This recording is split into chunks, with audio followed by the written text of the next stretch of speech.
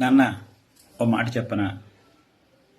ఎండలో మనం అలిసిపోయి ఉన్నప్పుడు ఎవరైనా కోరుకునేది ఏమిటో తెలిసిన నీడపట్టు.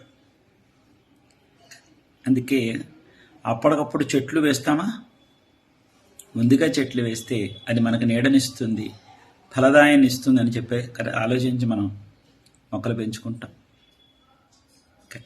అలాగే ఎప్పుడైనా సరే ప్రతి ఇంట్లోనూ కూడా పెద్దవాళ్ళు అనేవాళ్ళు ఉండాలి.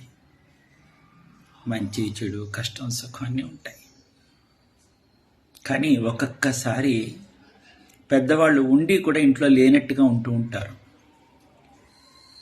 పెద్దవాళ్ళ ప్రేమ ఎలా ఉంటుందంటే, వాళ్ళ అవసరం ఉందనుకుంటే దగ్గరుండి కనిపెట్టుకుంటారు. అసలు వీళ్ళకి మన అవసరం లేదు అనుకునేటప్పుడు అవసరమైతే దూరంగా ఉంటారు. దూరంగా ఉండడంలో కూడా వాళ్ళ ప్రేమే, ద్వేషం ఉండదు. దగ్గరగా ఉండి మనం సాధించలేనిది దూరంగా ఉండైనా సరే వాళ్ళని బాగు చేద్దామనేటటువంటి ఆలోచనతో ఒక్కొక్కసారి పెద్దవాళ్ళు వాళ్ళందరికీ దూరంగా ఉంటూ ఉంటారన్నమాట. అది మనమేమనుకుంటామంటే మనకు స్వేచ్ఛ దొరికింది అనుకుంటాం.